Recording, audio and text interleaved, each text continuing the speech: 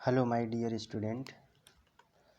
आज की वीडियो में मैं एनसीईआरटी के चैप्टर 3 जो आपके एनसीईआरटी का चैप्टर 3 है ह्यूमन रिप्रोडक्शन, उससे उस अध्याय से रिलेटेड कुछ नए क्वेश्चंस लाया हूँ। जो क्वेश्चंस आपके नीट के एग्ज़ाम में और भी कुछ कॉम्पिटिटिव एग्ज़ाम में जो यहाँ से क्वेश्चन जो है पूछता है, तो इसी के रेफरेंस में हम यहाँ पे कुछ क्वेश्चंस बनाए हैं और इस क्वेश्चन को पूरा देखें और इससे कुछ जो है आपको आइडिया जो है इस चैप्टर का मिलेगा कि किस तरह से यहाँ से क्वेश्चन बन सकते हैं। चलिए स्टार्ट करते हैं।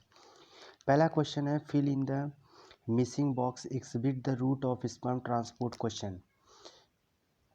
देखिए, अब यहाँ पे जो चीज़ें लिखा हूँ मैं, यहाँ पे एक चीज़ ये ध्यान में रखना हमें कि हमें ये जो दिख तो कम रहा है लेकिन यहाँ पे हम बता दे रहे हैं। पहला है सेमनीफेरस ट्यूबुल, पहला है सेमनीफेरस ट्यूबुल और सेमनीफेरस ट्यूबुल के बाद है फिर रीड टेस्टिस, सेमनीफेरस ट्यूबुल, फिर है read testis, read testis, read testis के बाद फिर ब्लैंक दिया है, फिर उसके बाद ने दिया है इपीडिडाइमिस, फिर ब्लैंक दिया है यहाँ पे, फिर दिया है इपीडिडाइमिस, इपीडिडाइमिस, फिर उसके बाद ने ब्लैंक दिया है, फिर इसके बाद ने दिया है यूरेथ्रा। तो यहाँ पे जो ब्लैंक दिया है उसको हमें भरना है। तो सबसे पहले देखिए, रीड टेस्टिस से सेमनीफेरस ट्यूबुल के अंदर जो है स्पर्म बनता है, स्पर्म वहाँ से ट्रांसफ़र होता है कहाँ पे, रीड टेस्टिस में। रीड टेस्टिस के बाद फिर आता है वासा इफ्रेंसिया में, वासा इफ्रेंसिया में आएगा। वासा इफ्रेंसिया के बाद फिर कहाँ जाता है, इपीडिडाइमिस के हेड पोर्शन में जाता है। फिर उसके बाद में वास डिफरेंस के द्वारा फिर कहाँ पहुँचता है, यूरेथ्रा में। तो इसका जो ऑप्शन, इसका जो सही आंसर होगा वो होगा वासा इफ्रेंसिया। पहले जो बॉक्स होगा उसमें वासा इफ्रेंसिया और जो दूसरा वाला बॉक्स होगा उसमें वास डिफरेंस होगा। तो इसका जो है आंसर ये सही होगा। क्वेश्चन नंबर 2 देखते हैं इसमें। Which part of the ovary in mammal act as endocrine gland after ovulation.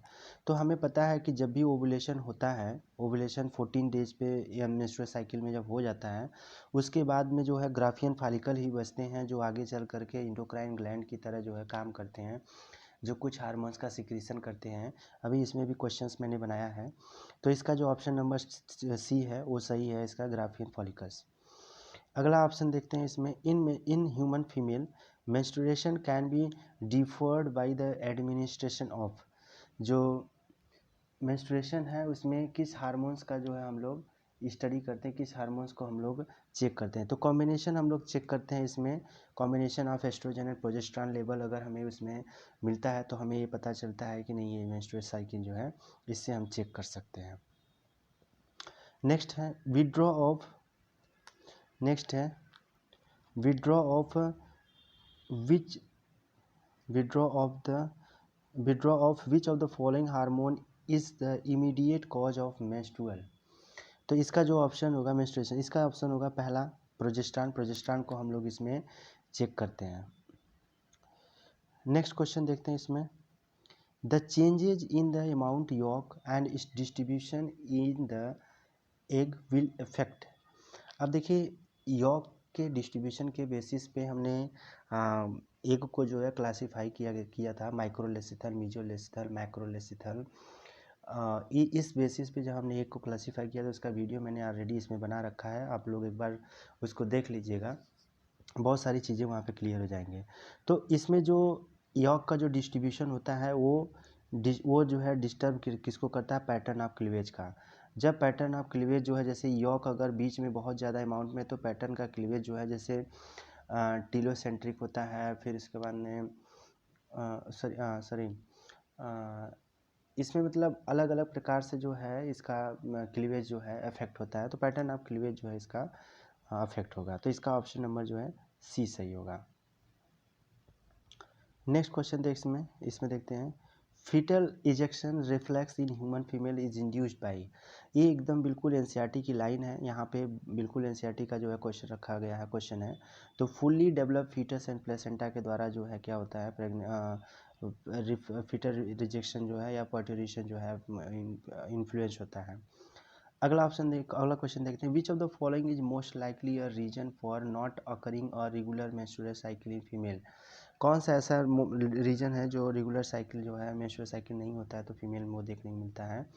तो इसमें सबसे इम्पोर्टेंट हो जाएगा इसका जो ऑप्शन नंबर, इसका जो 7 का क्वेश्चन का ऑप्शन है, ऑप्शन नंबर बी है, मेंटेन द हाइपरट्रॉपिक इंडोमेट्रियल लाइनिंग। पता है कि जब प्रेगनेंसी हो जाती है तो इंडोमेट्रियल की लाइनिंग जो होती है वो काफ़ी थिक होती है और वो रिमेन जो है क्या होती है, बनी हुई रहती है। जब इंडोमेट्रियम की वो लाइनिंग बनी रहती है तो इसी के अंदर जो है क्या होता है, इम्प्लांटेशन होता है जाइगोट का। तो इस कंडीशन में जो है इंडोमेट्रियम की लाइनिंग अगर रिमेन मेंटेन है तो उसमें वो प्रेगनेंसी को जो है मार्क करता है। अगला क्वेश्चन देखते हैं, which extra embryonic membrane in human prevent the desiccation of embryo inside the uterus.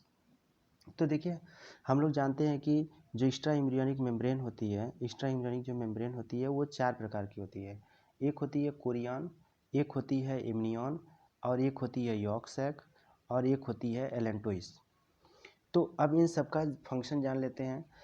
Korean का होता है गैस एक्सचेंज में, एमनियन का होता है एमनियोटिक फ्लूइड जो एमनियोसेंटेसिस में इसको इस्तेमाल किया जाता है, और यॉर्क जो होता है ये न्यूट्रिटिव पार्ट होता है डेवलपिंग फीटस का। एलेंटोइस जो होता है ये इसमें जो वेस्ट मटेरियल होते हैं फीटस की वो स्टोर होते हैं, और एक गैसेस एक्सचेंज में भी जो है पार्टिसिपेट करता है।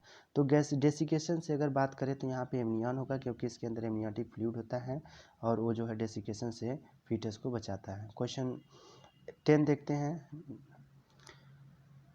इन human at the end of the first meiotic division the male germ cell differentiated. देखिए जो स्पर्मेटोगोनिया होता है, स्पर्मेटोगोनिया में माइटोसिस डिवीजन होता है तो प्राइमरी स्पर्मेटोसाइट्स बनता है, प्राइमरी स्पर्मेटोसाइट्स, उसके बाद में जो है फर्स्ट मियोटिक डिवीजन जब कंप्लीट होता है तो उसको बोलता है सेकेंडरी स्पर्मेटोसाइट बनता है। तो इसका ऑप्शन नंबर 1 जो है सही है, ऑप्शन नंबर 1 इसका बिल्कुल 100% करेक्ट है।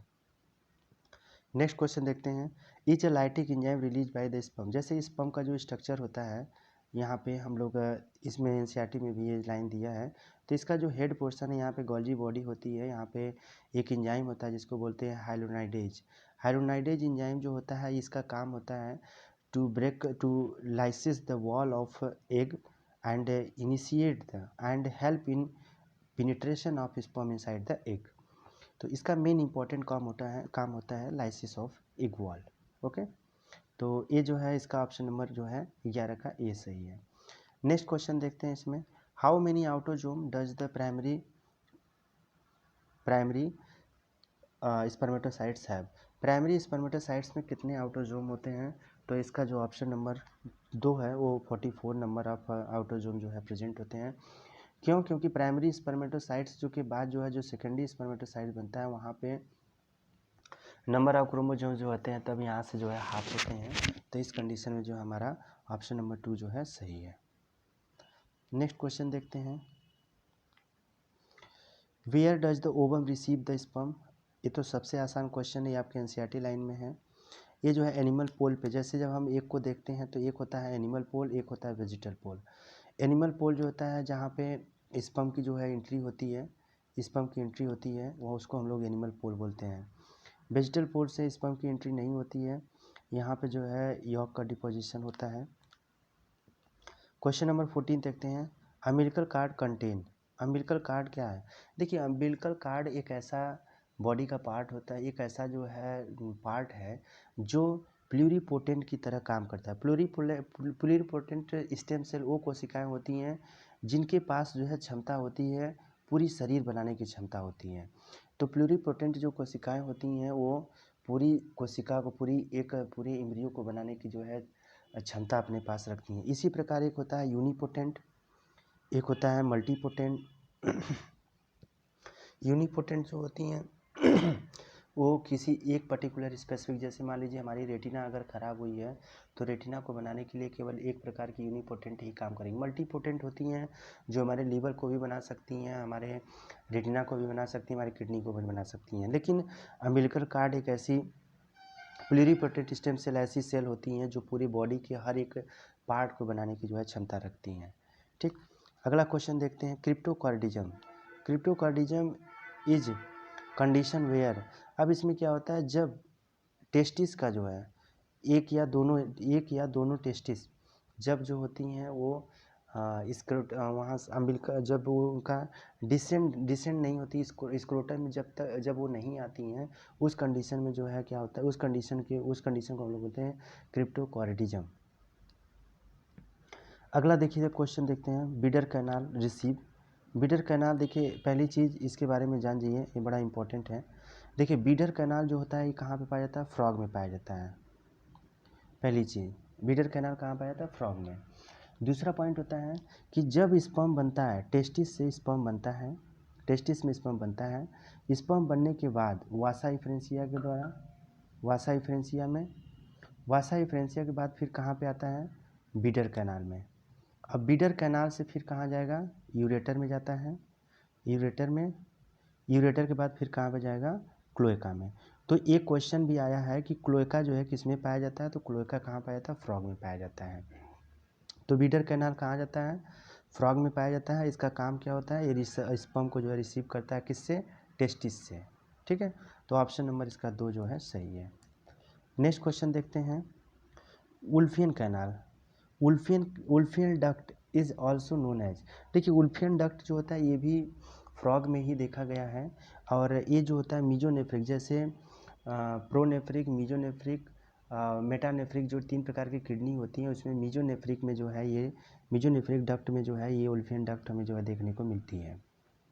तो इसका ऑप्शन नंबर 1 जो है सही है। क्वेश्चन अगला देखते हैं हम लोग, the space is a temporary organ that connect a mammalian mother to its foetus. इसका बहुत अच्छा है, ये क्वेश्चन बहुत आसान है। प्लेसेंटा है, प्लेसेंटा जो कि मदर को फीटस के साथ कनेक्ट करने का काम करता है। कोरियन के बारे में आप लोग जानते हैं, कोरियन मैंने बताया जैसे एक्स्ट्रा एम्ब्रियोनिक मेम्ब्रेन है। इंडोमेट्रियम के आप लोग बारे में जानते हैं, यूटेरस का अंदर का जो है पार्ट है, आंतरिक लेयर है। अगला देखते हैं, after ovulation Graafian follicle regress into. जब ग्राफियन फॉलिकल्स जो होती हैं उनका जब ओवुलेशन हो जाता है तो जो रिग्रेस होती हैं, तो उसको हम लोग क्या बोलते हैं, कॉर्पस एट्रेसिया। इसको हम लोग बोलते हैं कॉर्पस एट्रेसिया। इसका ऑप्शन नंबर ए जो है सही है। कार्पस लूटियम पता है आपको, कार्पस कोलोजम जो होता है 2 सेरिब्रल हेमिस्फीयर को जो है जोड़ने का काम करता है। कार्पस लूटियम जो होते हैं ओवुलेशन होने के बाद जो ग्राफियन फॉलिकल्स होते हैं कार्पस लूटियम कहते हैं। वही कार्पस लूटियम जब प्रेगनेंसी नहीं होती है तो आगे चल कर के डिजनरेट होती है तो बनाती है कार्पस एल्बिकेंस बना देती है। नेक्स्ट क्वेश्चन देखते हैं, इसमें क्वेश्चन नंबर 20 देखते हैं, which one of the following event is correctly match with the time period in the normal menstrual cycle.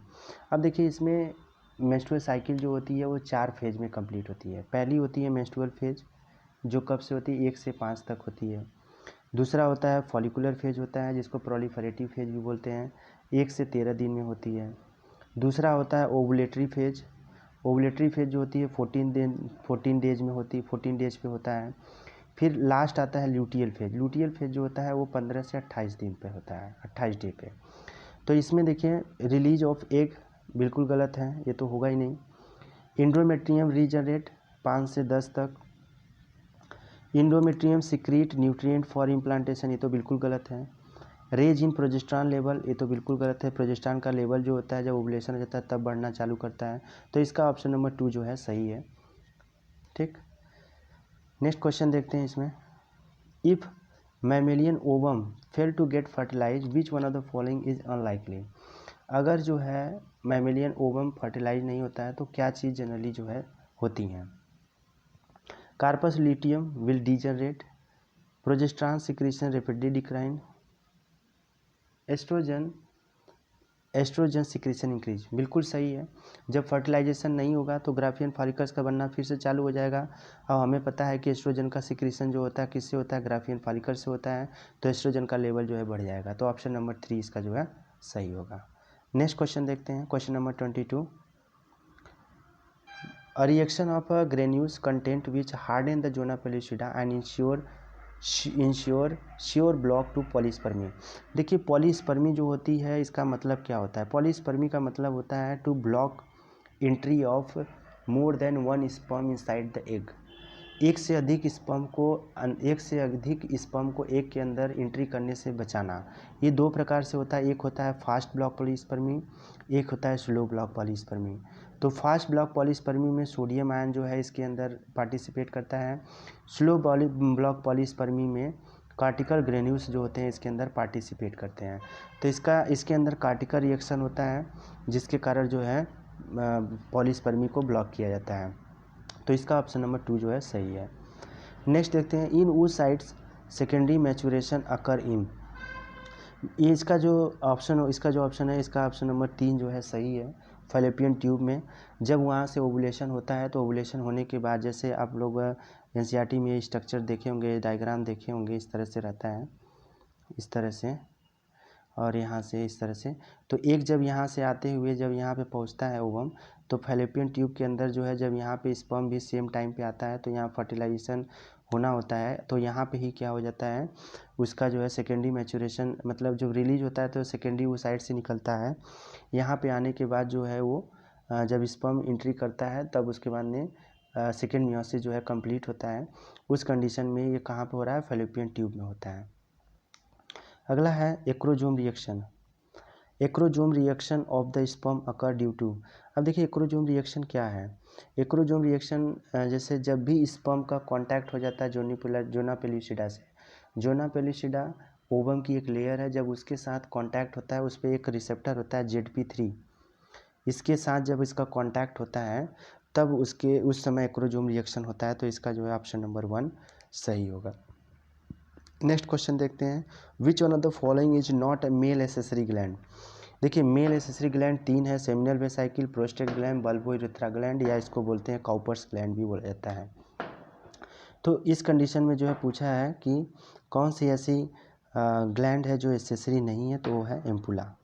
इस प्रकार से हमने देखा कि कुछ क्वेश्चंस यहाँ पे मैंने बनाया है, और ये क्वेश्चंस आपको ज़रूर जो है उपयोगी होगा आपके एग्ज़ाम पॉइंट ऑफ व्यू से, और इसी के बेस से जो है आप तैयारी करना अपना स्टार्ट रखिए, क्योंकि मई में जो है आपकी परीक्षा होगी।